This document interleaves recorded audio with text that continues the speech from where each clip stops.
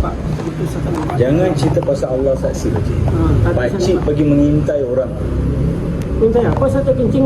Pakcik. Dia sudah siap, saya pun tak siap lagi. Pakcik dua tengok kotel orang buat apa pakcik. Umur pakcik berapa?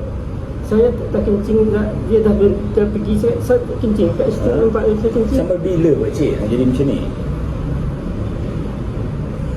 Nafsu kepada lelaki kenapa pakcik? Saya nak kencing. Tak, kenapa nafsu kepada lelaki?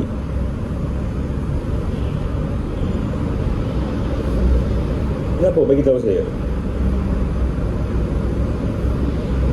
Pakcik dah ada anak 5 dah pakcik. Saya minta maaf lah. Semua orang boleh minta maaf pakcik. Tapi pakcik akan ulangkan balik benda ni. Kalau abang nampak, saya bilang sini, tak apa abang ambil tindakan. Tak ada. Sekarang ni saya ambil tindakan, saya bawa pakcik pergi balai. Sekarang saya minta maaf lah sekali ni. Saya bawa ke pakcik pergi balai, lebih baik kena gari je. Kena naik mahkamah terus. Pakcik dah tua, habislah masa tua pakcik kat sana.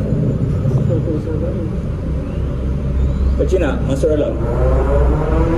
Pakcik nak masuk dalam? Duduk sini. Sini. Sini.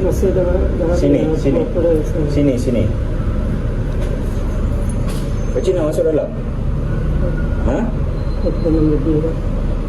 Nak ulang lagi buat benda ni?